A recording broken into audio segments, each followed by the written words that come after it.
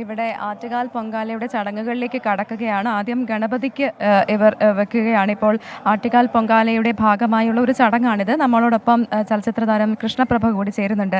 കൃഷ്ണപ്രഭ ഇടയ്ക്ക് ഇങ്ങനെ ആറ്റുകാൽ പൊങ്കാലയിൽ പൊങ്കാല ഇടാൻ വേണ്ടി വരാറുണ്ട്. കഴിഞ്ഞ തവണ ഞാൻ കണ്ടില്ല. കഴിഞ്ഞ തവണ ഞാൻ ഇട്ടില്ല. എൻ്റെ ഓർമ്മയിലാകെ ഒരു 2-3 തവണ ഇതുപോലെ മുടങ്ങിയിട്ടുണ്ട്. കഴിഞ്ഞ തവണ ഇടാൻ പറ്റിയില്ലായിരുന്നു. പക്ഷേ എപ്പോൾ നമ്മൾ ആഗ്രഹിച്ചാലും ഇങ്ങനെ ദേവി ഇവിടെ നമ്മളെ കൊണ്ടെത്തിക്കാറുണ്ട്. ഇങ്ങനെ ഇത്തവണ ഇടയ്ക്ക് കൊറോണയുടെ സമയത്തൊക്കെ ഒന്ന് മുടങ്ങിയായിരുന്നു. അങ്ങനെ അല്ലാതെ മിക്ക ദിവസവും ദേവി അനുഗ്രഹിച്ച് പറ്റുമ്പോഴെല്ലാം ഇടാറുണ്ട്. ഇതിൻ്റെ രീതി എങ്ങനെയാണ്? ഇപ്പോൾ ഗണപതിക്ക് വെച്ചിട്ടുണ്ട്, ഇനി എങ്ങനെയാണ്? നമ്മളെല്ലാ കാര്യത്തിനും മുന്നേ വിഘ്നേശ്വരനെ ഭജിച്ചുകൊണ്ട് തന്നെയാണ് എല്ലാ കാര്യങ്ങളും നമ്മൾ തുടങ്ങുന്നത്. അപ്പോൾ അതിൻ്റെ ഒരു കാര്യമാണ് ഇപ്പോൾ ഇവിടെ ചെയ്തിട്ടുള്ളത്. ഗണപതിക്ക് വെച്ചു, അവലും മലരും തേങ്ങ കദളിപ്പഴം വെച്ചു. ഞാൻ നെയ്വിളക്കാണ് കത്തിക്കുന്നത്. ചന്ദനത്തിരി ഇതെല്ലാം റെഡിയാക്കി ആദ്യം ഗണപതിക്ക് കൊടുത്തു, വിഘ്നങ്ങളൊന്നും ഉണ്ടാവാതിരിക്കാനായിട്ട്. പിന്നെ അത് കഴിഞ്ഞാൽ നമ്മളിപ്പോൾ അവിടെ ഭണ്ഡാര അടുപ്പിൽ തീ കൊളുത്തുമ്പോൾ നമ്മളിവിടെ തീ പകരും, തീ കൊളുത്തും. നമ്മൾ ഞാൻ പൊങ്കാല പായസം മാത്രമാണ് ചെയ്യാറ്. ഒരുപാട് മണ്ടപ്പുറ്റ് അങ്ങനെ തെരളി ഒക്കെ ചെയ്യുന്നവരുണ്ട്. ഞാൻ പക്ഷേ എല്ലാ വർഷവും പായസം മാത്രമാണ് പൊങ്കാല. മാറ്റി ചെയ്തിട്ടേ ഇല്ല. ദേവിക്ക് ഏറെ ഇഷ്ടമുള്ള ഒരു നീതിയാണല്ലോ പൊങ്കാല അർപ്പിക്കുക എന്ന് പറയുമ്പോൾ നമ്മളെപ്പോഴും പൊങ്കാല പായസമാണ് നമുക്ക് എപ്പോഴും മനസ്സിൽ വരുന്നതും. അപ്പം അങ്ങനെ നമ്മൾ ഒരു ദേവിക്ക് സമർപ്പിക്കുന്ന അത് എന്ത് കൊടുത്താലും ദേവിക്ക് ഇഷ്ടമായിരിക്കും എന്നുള്ളതാണ്. ഇതിൽ ഏറ്റവും എടുത്ത് പറയേണ്ടതെന്ന് പറഞ്ഞാൽ ഈ സ്ത്രീകൾ ഏറ്റവും കൂടുതൽ സംഗമിക്കുന്ന ഒരു സമയം കൂടിയാണ് അല്ലേ ഇത്. നമ്മൾ ഭക്തി എന്നുള്ള ആ ഒരു എലമെന്റ് മാറ്റി വെച്ച് കഴിഞ്ഞാൽ സ്ത്രീകൾക്ക് ധൈര്യസമേതം രാത്രിയിലൊക്കെ ഇറങ്ങി നടക്കാൻ പറ്റുന്ന അത് ഞാൻ എറണാകുളത്താണ്, പനമ്പള്ളിനാറിലാണ്.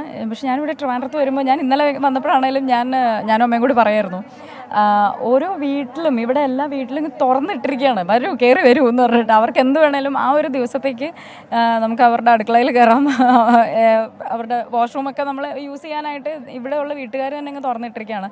പിന്നെ തിരുവനന്തപുരത്തുകാരുടെ ഒരു ഉത്സവമാണ്. നമ്മളിപ്പോൾ ഓണം എന്നൊക്കെ പറയുമ്പോൾ ഓണമൊക്കെ ഇവിടെ ഉണ്ടെങ്കിൽ പോലും അതിനേക്കാളൊക്കെ ഒരുപാട് ആഘോഷിക്കുന്നത് തിരുവനന്തപുരംകാരുടെ ഒരു ഉത്സവം എന്ന് പറയുന്നത് പൊങ്കാലയാണ്. സ്ത്രീകൾക്ക് ഇവിടെ എപ്പോൾ വേണേലും വരാം, പുരുഷന്മാരെ സപ്പോർട്ട് ചെയ്ത് ഒപ്പമുണ്ട്. നമ്മളിപ്പോൾ വരുമ്പോൾ തന്നെ കാണാം, ഓരോ ജംഗ്ഷനിലൊക്കെ ദേഹണ്ണപ്പുരയൊക്കെ ഉണ്ട്, ബ്രേക്ക്ഫാസ്റ്റിനുള്ളത് ലഞ്ചിനുള്ളത് എല്ലാം ഉണ്ട്. അപ്പോൾ പുരുഷന്മാർ നമ്മളോടൊപ്പം തന്നെ നമ്മളെ സഹായിക്കാനായിട്ട്. പിന്നെ ഇപ്പോൾ ചൂട് നല്ല പോലെ ഉണ്ട്, അപ്പോൾ ഇടയ്ക്കിടയ്ക്ക് സംഭാരം കൊടുക്കാൻ ഒക്കെ ആയിട്ട് നമ്മളെല്ലാവരും സഹായിക്കുന്നുണ്ട് എന്നുള്ളതാണ്. അപ്പോൾ എന്തായാലും ആ ചടങ്ങിലേക്കൊക്കെ കടക്കാമെന്ന് തോന്നുന്നു അല്ലേ? അതെ, നമ്മൾ അവരെ ശല്യം ചെയ്യുന്നത് ശരിയല്ലല്ലോ. അവർ വളരെ ഭക്തി സമേതമാണ് ഇത് അർപ്പിക്കുന്നത്. അതോടൊപ്പം തന്നെ ഈ ഒരു വശത്തേക്കൊക്കെ നോക്കുകയാണെങ്കിൽ ഈ പൊങ്കാലയ്ക്കായിട്ടുള്ള ഒരുക്കങ്ങളെല്ലാം ആരംഭിച്ചിട്ടുണ്ട്. ലളിതാ സഹസ്രനാമം ഉൾപ്പെടെ പറഞ്ഞുകൊണ്ടാണ്, അല്ലെങ്കിൽ അത് ചൊല്ലിക്കൊണ്ടാണ് പൊങ്കാലയിലേക്ക് അതിനുള്ള ബാക്കി നടപടിയിലേക്കൊക്കെ കടക്കുന്നത്. എന്തായാലും പൊങ്കാലയുടെ ഭാഗമായി അല്പസമയത്തിനുള്ളിൽ തന്നെ ഭണ്ഡാര അടുപ്പിൽ തിരി തെളിയും. അതോടൊപ്പം ആ തീ ഏറ്റവും അവസാനം പൊങ്കാലക്കലം വെച്ചിരിക്കുന്ന ആ ഇടത്തേക്ക് വരെ എത്തും. അതിനുശേഷം നൈവേദ്യം അർപ്പിക്കുകയാണ്. അതിനുള്ള തയ്യാറെടുപ്പുകളാണ്. അതിനുശേഷം 2:30 കൂടിയിട്ടായിരിക്കും ദേവിക്കത് സമർപ്പിക്കുക. എന്തായാലും വലിയ ആഘോഷം എന്ന് തന്നെ പറയേണ്ടിയിരിക്കുന്നു. കാരണം സ്ത്രീകൾ ഒരുമിച്ച് ചേരുന്ന ഒരു അല്ലെങ്കിൽ ഒരു ഒത്തുചേരലിൻ്റെ ഒക്കെ ഒരു സമയം കൂടിയാണിത്. മുൻപ് ഞാൻ പറഞ്ഞു, ജോൺ ജോസഫ് പറയുന്നു കയ്യാലയല്ല മതിലെന്നാണ് പറയുന്നത്. നാട്ടുമ്പുറങ്ങളിലൊക്കെ കയ്യാല എന്ന് പറയും. കയ്യാലയിൽ എഴുതരുന്നൊക്കെ എഴുതി വെക്കുന്ന ചില സ്ഥലങ്ങളൊക്കെ ഉണ്ട്. മതിലെന്നും പറയാം. താങ്കൾ സൗകര്യം പോലെ പറഞ്ഞോളൂ, കുഴപ്പമില്ല. കയ്യാല എന്ന് കേട്ടിട്ടില്ലാത്ത ആൾക്കാർ ചുരുങ്ങുമെന്നാണ് ഞാൻ വിശ്വസിക്കുന്നത്. കാര്യം നാട്ടുമ്പുറത്ത് ആൾക്കാർ പറയും കയ്യാല ചാടുന്നൊക്കെ സൂക്ഷിച്ചു വേണം, അപകടം ഉണ്ടാകും എന്നൊക്കെ പറയും.